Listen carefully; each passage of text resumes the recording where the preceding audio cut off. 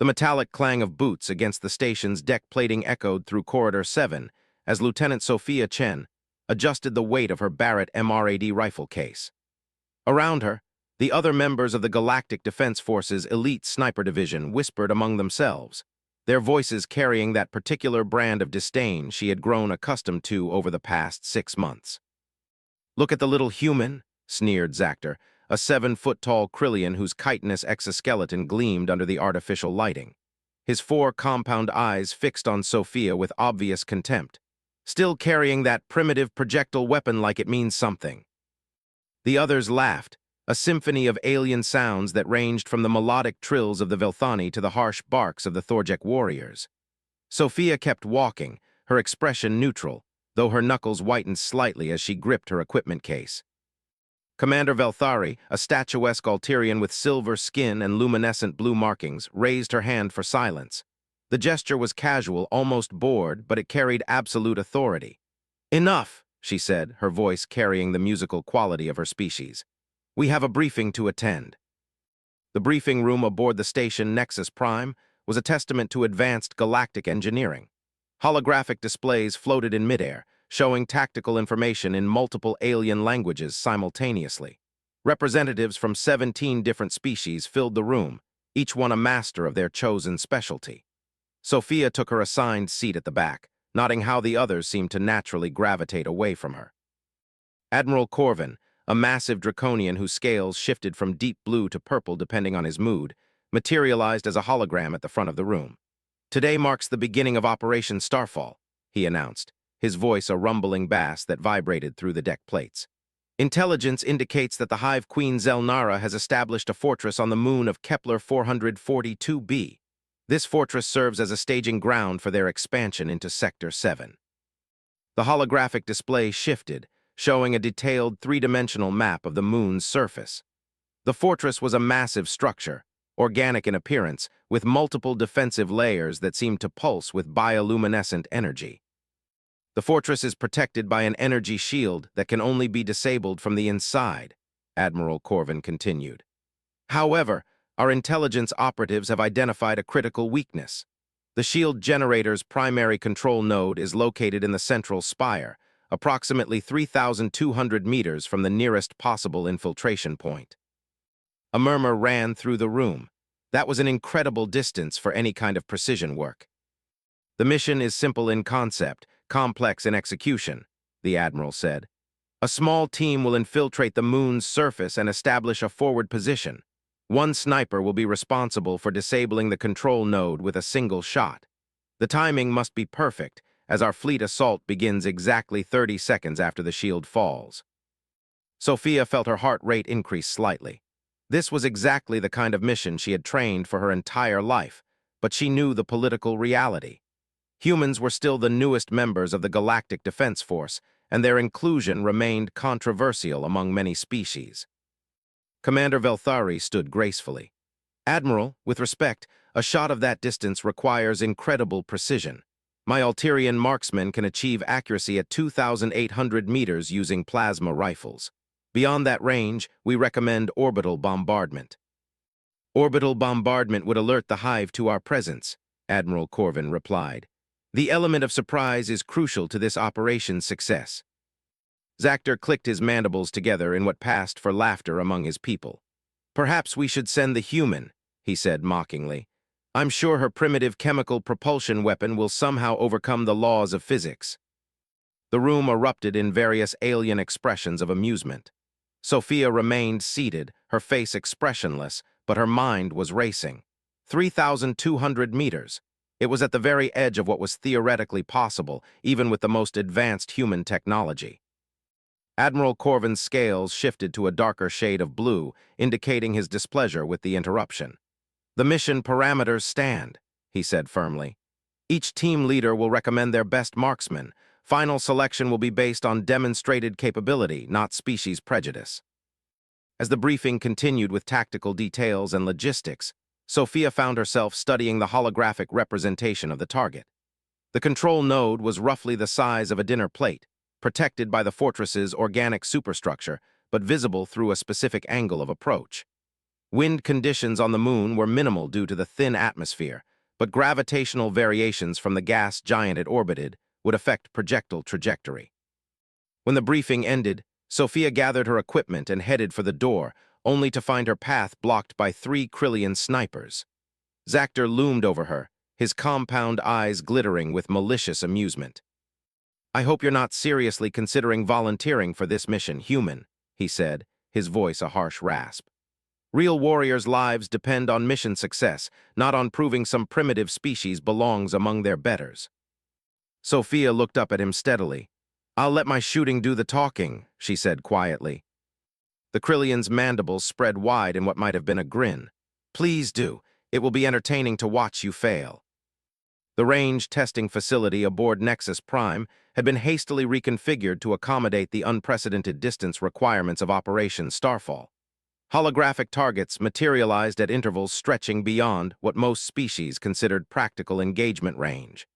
The testing would determine not just skill, but the absolute limits of each marksman's capabilities. Sophia arrived early, her Barrett MRAD already assembled and properly zeroed. The rifle was a work of art in titanium and carbon fiber, representing the pinnacle of human ballistic engineering. While other species had moved on to energy weapons millennia ago, humans had continued refining projectile technology with an obsession that bordered on religious devotion. The other candidates began arriving in clusters, their exotic weapons creating a display that would have impressed weapons enthusiasts across the galaxy. The Alterian plasma rifles hummed with barely contained energy. Thorjek rail cannons sparked with electromagnetic discharge. Velthani crystal weapons seemed to sing with harmonic frequencies that made the air itself vibrate. "Primitive," muttered Jenkar, a Thorjek warrior whose rail cannon was nearly as tall as Sophia herself. "Chemical propulsion, how delightfully nostalgic." Sophia ignored the comment and focused on her pre-shooting routine. She checked atmospheric pressure readings, calculated humidity levels, and consulted gravitational charts for this sector of space. Her tablet displayed ballistic calculations that she had been refining since childhood, numbers that most alien species considered incomprehensibly complex for such a simple task as pointing and shooting. Commander Velthari approached the firing line with elegant steps that seemed to barely touch the deck plating. "We'll begin testing at 2,000 meters, she announced. "Each candidate will have 3 shots. Those who achieve acceptable accuracy will advance to longer distances." The Alterian went first, her plasma rifle charging with a high-pitched whine. The shot left a brief trail of superheated air and struck the target with impressive precision, creating a perfect circle of melted metal just 2 centimeters from center. Jenkar followed, his rail cannon producing a sharp crack that made everyone's ears ring. The hypervelocity projectile tore through the target dead center, creating a hole so precise it might have been made by a laser. One by one, the alien marksmen demonstrated their skills. Each shot was impressive, showcasing technologies that had been perfected over thousands of years of galactic warfare. The Krillian contingent performed particularly well, their biological enhancements allowing for incredible stability and precision. When Sophia's turn came, the observation deck had filled with spectators. Word had spread through the station about the human sniper's inclusion in the trials, and beings from across the galaxy had come to witness what many expected to be an embarrassing failure. Sophia settled into her shooting position with practiced ease. The Barrett MRAD felt like an extension of her own body, every component familiar through countless hours of training. She chambered a round, the mechanical action producing a sound that seemed almost primitive compared to the exotic weapons that had fired before her. Through her scope, the target appeared impossibly small. 2,000 meters was well within her comfort zone, but she knew this was just the beginning. She controlled her breathing, let her heart rate settle, and found that perfect moment between heartbeats where everything became still. The shot surprised her, as good shots often did. One moment she was applying pressure to the trigger, the next the rifle was recoiling against her shoulder. The supersonic crack of the bullet breaking the sound barrier echoed through the range. Her bullet struck the target just 1.2 centimeters from dead center. A murmur ran through the observation deck, though Sophia couldn't tell if it was impressed or disappointed. She fired twice more, each shot grouping within a circle smaller than a human fist. "Adequate," Commander Velthari said. though something in her tone suggested she might be reassessing her initial assumptions about human capabilities. The testing continued to 2,500 meters. The Alterian missed entirely on her first shot, the plasma bolt dissipating before reaching the target. Several other candidates were eliminated as their exotic weapons simply lacked the range for such extreme distances. Sophia's shots at 2,500 meters were still impressively accurate, though she could feel the challenge increasing. At this range, every variable mattered. The rotation of the space station, the gravitational field fluctuations, even the temperature differential between her rifle barrel and the surrounding air all affected bullet trajectory. At 3,000 meters, only 4 candidates remained: Sophia, Zactor, and 2 other Krillians whose biological modifications included enhanced nervous systems for extreme precision shooting. Zactor went first, his advanced energy weapon producing a beam that traveled at light speed but lost coherence over the extreme distance. His first shot missed by nearly a meter. His second clipped the edge of the target. His third was a clean miss. The other Krillians fared similarly. Their weapons, designed for more conventional engagement ranges, simply weren't capable of maintaining accuracy at such extreme distances. Sophia studied her ballistic computer for long moments before taking her position. The calculations were becoming increasingly complex, accounting for variables that pushed the limits of what conventional projectile weapons could achieve. She made minute adjustments to her scope, compensating for factors that most beings wouldn't even consider. Her first shot struck the outer ring of the target, a hit that would have been considered exceptional under normal circumstances, but felt like a failure given the mission requirements. She made subtle adjustments and fired again. This shot struck closer to center, but still not within the precise tolerance required for the mission. Sophia closed her eyes for a moment, centering herself. She thought about every human sniper who had come before her, generations of marksmen who had pushed the boundaries of what was possible with skill, determination, and superior technology. She thought about the ridicule, the dismissive comments, the assumption that human methods were inherently inferior. Her third shot struck the target dead center. The observation deck fell silent. Commander Velthari stared at her instruments as if unable to believe the readings. Even Zactor's mandibles hung open in shock. "That was unexpected," Velthari said finally. But Sophia knew this was just the beginning. The real test would come at operational distance, 3,200 meters under combat conditions, with lives hanging in the balance. The assault transport Vindication dropped out of hyperspace at the edge of the Kepler 442 system with barely a whisper of displaced energy. Stealth technology borrowed from a dozen different species made the ship nearly invisible to conventional sensors. But Sophia knew that approaching the Hive fortress undetected would require more than advanced engineering.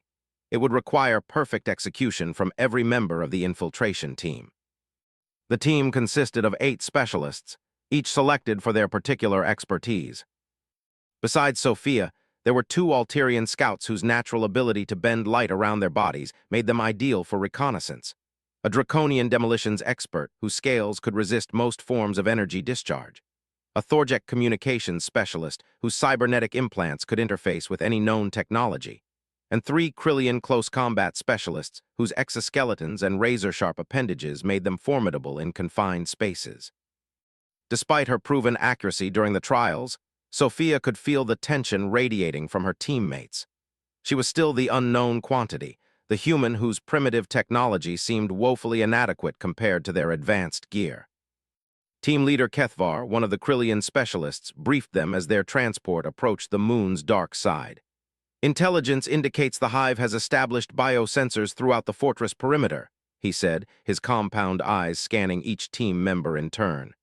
"Detection means death. There will be no second chances." The moon's surface was a hellscape of jagged rock formations and crystalline structures that seemed to pulse with their own internal light. The fortress itself was visible even from their distant approach, a massive organic growth that sprawled across several square kilometers, its bioluminescent patterns creating an alien constellation against the moon's barren landscape. "Drop point Alpha is here," Kethvar indicated a position on their tactical display. "We'll establish a forward observation post approximately 4.2 kilometers from the fortress." The actual shooting position will be at 3,247 meters from the target, close enough for accuracy, distant enough to avoid detection. Sophia studied the terrain data, her enhanced tablet calculating trajectories and environmental factors. The moon's thin atmosphere would reduce air resistance, but also make wind prediction more difficult. The gravitational field was only 0.7 Earth standard, which would affect bullet drop, but also require adjustments to her shooting stance. The landing was flawless, their transport touching down in a crater that provided natural concealment. The team moved out immediately, their equipment carefully distributed to avoid creating detectable electromagnetic signatures. Sophia carried her Barrett MRAD in a specialized case that was lined with sensor-dampening materials, while her ballistic computer was shielded to prevent any electronic emissions. The approach to their observation post took 6 hours of careful movement across terrain that seemed designed to kill unwary travelers. Razor-sharp crystal formations jutted from the ground at unexpected angles, while pools of what appeared to be liquid metal bubbled with toxic gases. The Alterian scouts led the way, their light-bending abilities allowing them to probe ahead without risk of detection. "Movement," whispered Scout Aerthy through their quantum-encrypted communication system.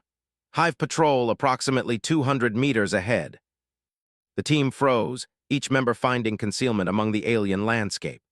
Sophia pressed herself against a crystal formation that was surprisingly warm to the touch, watching as shapes moved in the distance. The Hive warriors were insectoid creatures the size of small vehicles, their chitinous armor gleaming with a wet, organic sheen. Sensor organs that resembled writhing tentacles extended from their heads, tasting the air for any sign of intrusion. The patrol passed within 50 meters of their position without detecting them, but the encounter served as a stark reminder of how hostile this environment truly was. Any mistake could trigger an alarm that would bring hundreds of Hive defenders swarming toward their position. They reached the observation post as the system's primary star was setting behind the gas giant, casting eerie shadows across the moon's surface. The fortress was now clearly visible through their enhanced optics, its bioluminescent patterns creating a hypnotic display that spoke of alien intelligence beyond human comprehension. Sophia began setting up her shooting position with methodical precision. The Barrett MRAD was mounted on a bipod that had been specially modified for low-gravity environments, while her spotting scope provided detailed analysis of atmospheric conditions. Every component of her equipment had been tested and retested, but she knew that all the preparation in the galaxy couldn't account for every variable they might encounter. "Target acquired," she reported softly. Through her scope, the shield generator's control node was barely visible as a small protrusion on the fortress's central spire. At 3,247 meters, it appeared as little more than a tiny irregularity in the organic architecture, but her ballistic computer confirmed the identification. The waiting began. According to their mission timeline, the main fleet assault would commence in exactly 14 hours, which meant Sophia had to make her shot at precisely the right moment to disable the shields just before the attack began. Kethvar established the team's defensive perimeter, while the Draconian began preparing backup charges in case Sophia's shot failed to achieve the desired result. The Thorjek specialist worked on establishing communication links with the fleet, though they would maintain radio silence until the critical moment. As the hours passed, Sophia found herself checking and rechecking her calculations. The gravitational field variations caused by the gas giant's orbit would shift the bullet's trajectory by several centimeters over the extreme range. The fortress itself seemed to pulse with energy patterns that might affect the bullet's flight path. Most challenging of all, the target was so small that even a minor miscalculation could result in a complete miss. "Human," Zactor approached her position, his mandibles clicking in what might have been nervousness. "This shot, it's beyond the capabilities of any weapon system we've ever tested." Sophia didn't look up from her scope. "That's why I'm here." "If you fail," the Krillian continued, "we'll all die. The backup plan involves a direct assault on the fortress, which has approximately 0 chance of success." "Then I won't fail." Zactor's compound eyes studied her for a long moment. "You speak with such certainty. How can you be so confident in primitive technology?" For the first time, Sophia looked directly at him. "Because human weapons aren't primitive. They're refined. Every species in the galaxy moved on to energy weapons as soon as they discovered them, but humans kept perfecting projectile technology. We've had 3,000 years to perfect ballistics while everyone else moved on to easier solutions. She gestured to her rifle. This weapon represents the absolute pinnacle of ballistic engineering. The barrel is manufactured to tolerances measured in nanometers. The ammunition is crafted with precision that most species reserve for spacecraft components. The scope can calculate trajectories that account for gravitational anomalies across multiple star systems. Zactor was silent for several minutes. "And you trust this refinement?" "I trust human stubbornness," Sophia replied. "We don't give up on things just because they become difficult. We make them work." The fortress had awakened. Throughout the night, bioluminescent patterns had spread across its surface like a vast nervous system coming to life. Sophia watched through her scope as organic structures shifted and reconfigured, the alien architecture adapting to some unknown stimulus. The hive was preparing for something, though whether they had detected the approaching fleet or were simply following their own incomprehensible agenda remained unclear. "Fleet Command reports ready status," whispered the Thorjek communications specialist. "Assault commences in 37 minutes. Sophia made final adjustments to her scope, accounting for the minute gravitational fluctuations caused by the gas giant's rotation. The target remained visible, though the fortress's shifting bioluminescence made precise aim increasingly challenging. The control node was roughly the size of a dinner plate, but at 3,247 meters, it appeared smaller than the head of a pin in her scope's crosshairs.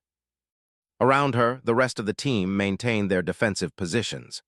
The Alterian scouts had reported increasing hive patrol activity, suggesting that something had triggered their security protocols. Whether it was awareness of the approaching fleet or simply routine defensive measures, the heightened activity made their mission exponentially more dangerous. "Contact," Scout Erthy's voice came through their communication system with deadly calm. "Large patrol approaching from the northeast. Estimated 20 hive warriors, supported by what appears to be a sensor drone." Sophia felt her heart rate increase slightly, but forced herself to maintain shooting position. Moving now would risk losing her carefully calculated sight picture, but staying in place meant potential exposure to enemy sensors. "Time to contact?" asked Kithvar. 12 minutes at current approach speed." The math was brutal. The fleet assault would begin in 36 minutes, which meant Sophia needed to take her shot in 35 minutes and 30 seconds to ensure the shields dropped at exactly the right moment. But if the hive patrol detected them in 12 minutes, the mission would be over before it began. "Options," Kethvar queried. The Draconian demolitions expert spoke first. "I can create a distraction. Explosive charges placed in the crystal formations to the south would draw their attention." "Negative," Sophia said without moving from her scope. "Any explosion will alert the entire fortress. We need them to pass without detecting us." "The human is correct," agreed Erthy. "I can manipulate local light patterns to create false readings on their sensors, but it will require everyone to remain absolutely motionless for the duration of their sweep." Kethvar clicked his mandibles in what might have been agreement or frustration. "Understood. All positions hold. No movement until the patrol passes." The minutes stretched like hours. Sophia could see the approaching hive warriors through her peripheral vision, massive insectoid forms that moved with surprising grace across the hostile terrain. Their sensor drone floated above them, a jellyfish-like creature whose transparent body pulsed with bioluminescent activity. Through her scope, Sophia maintained visual contact with the target. The control node remained centered in her crosshairs, but she could feel fatigue beginning to affect her fine motor control. Maintaining precise aim for extended periods required muscles that even the most advanced alien physiology couldn't replicate artificially. The patrol came within 50 meters of their position. Sophia could hear the scraping of chitinous armor against crystal formations, the wet breathing of alien respiratory systems, the subtle electronic humming of their biomechanical sensors. The sensor drone hovered directly overhead for what felt like an eternity, its bioluminescent patterns shifting through a spectrum of colors that human eyes had never evolved to perceive. Then they were past, continuing their patrol toward the fortress's southern perimeter. "Clear," Erthy reported. "Patrol has moved beyond sensor range." Sophia allowed herself one deep breath before refocusing on her target. 28 minutes until the shot. Through her scope, she could see that the fortress's bioluminescent patterns had intensified, creating a hypnotic display that made maintaining precise aim even more challenging. Fleet Command reports final approach vector confirmed, the Thorjek specialist announced. All systems show green for assault commencement. Acknowledged, Kethva replied. Sniper status report. Target acquired and tracking, Sophia reported. Environmental factors within acceptable parameters, ready to engage on command. But even as she spoke the words, Sophia could feel doubt creeping into her mind. The distance was at the absolute limit of what was theoretically possible. The environmental factors were unlike anything she had trained for. The target was smaller and more challenging than anything she had ever attempted to hit. She thought about the mockery she had endured, the casual dismissal of human capabilities, the assumption that primitive technology couldn't compete with advanced alien weapons. Part of her wanted to prove them wrong purely out of spite, but she knew that personal motivation wasn't enough for a shot of this magnitude. Instead, she focused on the technical aspects. The bullet would take approximately 4.7 seconds to reach the target at this range. During that time, the fortress would continue its slow rotation, requiring her to aim at a point where the target would be rather than where it currently appeared. The gravitational field would pull the bullet approximately 2.3 meters below her point of aim. Wind resistance in the thin atmosphere would cause a lateral drift of roughly 1.8 meters to the left. All of these factors had been calculated and recalculated, but Sophia knew that ballistics at extreme range required more than mathematics. It required intuition, experience, and a fundamental understanding of how physics behaved under extraordinary circumstances. 15 minutes to shot, Kethvar announced. Through her scope, Sophia watched as the fortress's defensive systems began powering up. Energy discharges that looked like lightning crawled across the biomechanical surfaces, while weapon ports that had remained hidden suddenly bloomed open like deadly flowers. The hive was preparing for battle, though they still seemed unaware of the specific threat approaching them. 10 minutes to shot. Sophia began her final preparation routine. She controlled her breathing, letting her heart rate settle into the slow, steady rhythm that all snipers learn to achieve. She checked her scope adjustments one last time, confirming that every variable had been properly accounted for. She chambered around, the mechanical action of the Barrett MRAD producing a sound that seemed impossibly loud in the alien silence. 5 minutes to shot. The fortress's shield became visible as a shimmering energy field that surrounded the entire structure. It was beautiful in its own way, like an aurora that had been shaped into architectural form. But Sophia knew that beauty was deceptive. The shield was capable of deflecting anything short of a direct hit from a capital ship's main guns. 2 minutes to shot. Sophia found her perfect shooting position, every muscle in her body aligned for maximum stability. Through her scope, the control node appeared as a tiny speck of darkness against the fortress's glowing surface. It was such a small target that even the slightest error would result in failure. 1 minute to shot. Around her, the team held their collective breath. Even the normally chattering communication systems fell silent. Everything depended on this moment, on this shot, on the human sniper who had been dismissed as primitive just days earlier. 30 seconds. Sophia's finger found the trigger and began applying pressure with infinite care. The shot would come as a surprise, even to her. That was how precision shooting worked at the highest levels. 10 seconds. The crosshairs settled on the target with absolute precision. Every calculation had been verified. Every variable had been accounted for. The moment was perfect. 5, 4, 3, 2, 1, execute. The Barrett MRAD spoke with a voice like thunder. The supersonic crack of the bullet breaking the sound barrier echoed across the alien landscape, a primitive sound that seemed absurdly simple compared to the advanced technology surrounding them. For 4.7 seconds, everything hung in balance. The mission, the fleet, the lives of millions of beings who would face the hive expansion if this operation failed. Sophia watched through her scope as the bullet traced its perfect arc across the impossible distance. At this range, she could actually see the projectile's flight path, a tiny speck of metal following the precise trajectory that physics and mathematics had demanded. Gravity pulled it downward, while the thin atmosphere provided minimal resistance. The fortress continued its slow rotation, bringing the target into exact alignment with her calculations. The bullet struck the control node dead center. For a moment, nothing seemed to happen. Then the fortress's shield flickered like a candle in the wind. Bioluminescent patterns that had pulsed with steady energy began fluctuating wildly. Alarm signals, if they could be called that, rippled across the organic structure in waves of frantic color. The shield collapsed.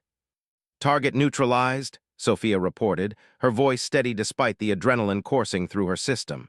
"Shield is down." The response was immediate and overwhelming.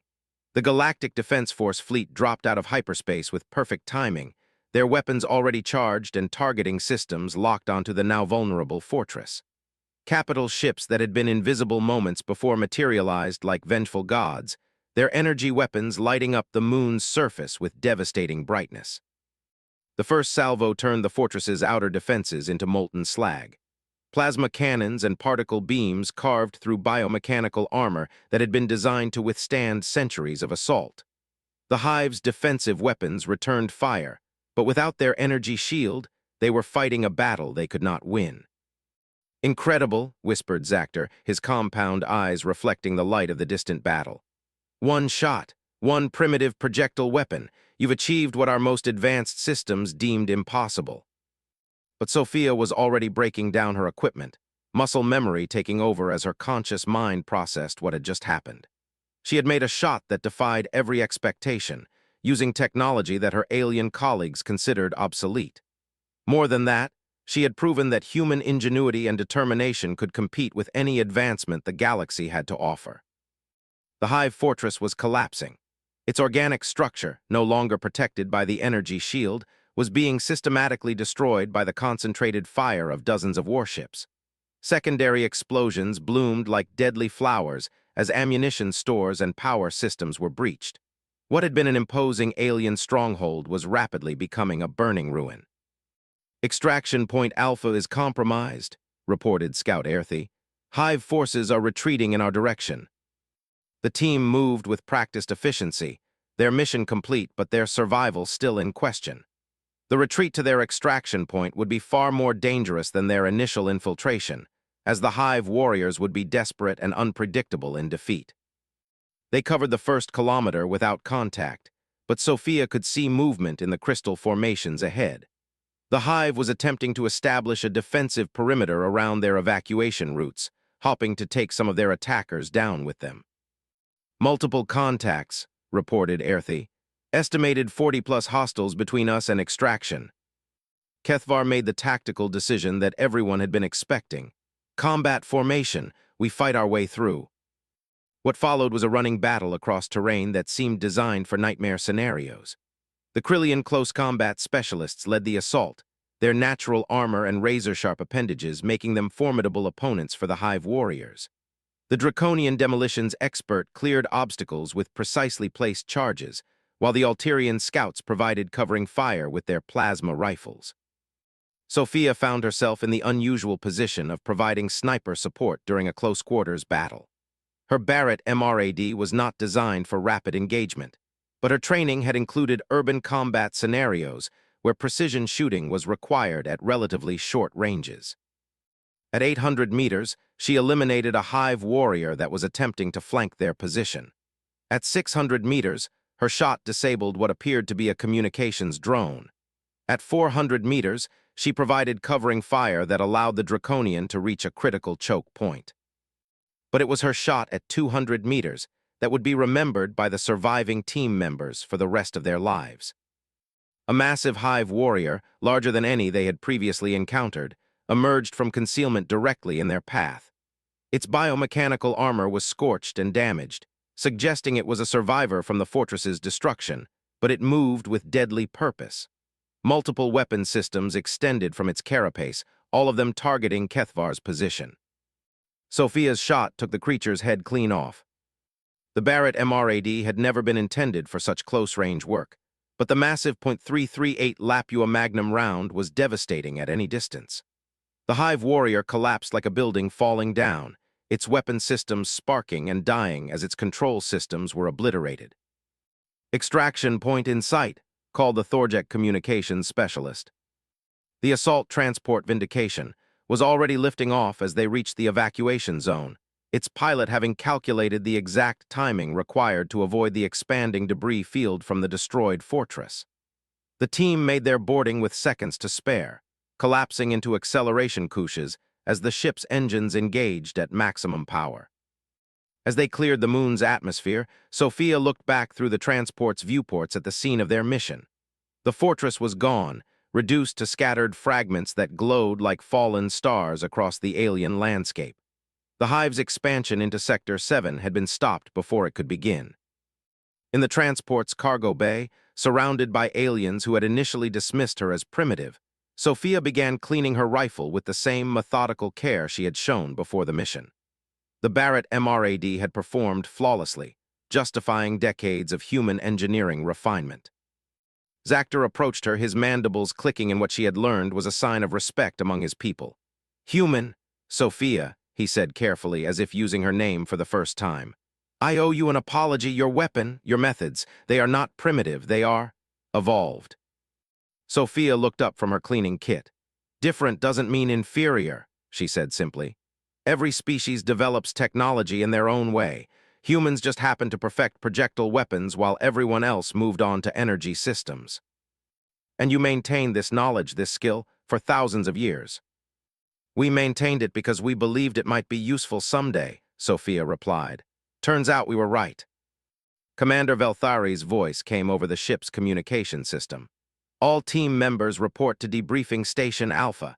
Admiral Corvin wishes to personally review mission performance." As they gathered their equipment, the Draconian demolitions expert approached Sophia with something that might have been a smile on his scaled features. "That shot, 3,247 meters. I've never seen anything like it." "Neither had I," Sophia admitted. "But sometimes you have to try impossible things to discover they're actually possible." The debriefing would be thorough, the mission reports would be detailed, and the tactical implications would be analyzed by strategists across the galaxy. But for Sophia, the real victory was simpler than all of that. She had proven that human determination and human technology could stand alongside the best the galaxy had to offer. The ridicule had been silenced, not by words or politics, but by a single perfect shot across an impossible distance.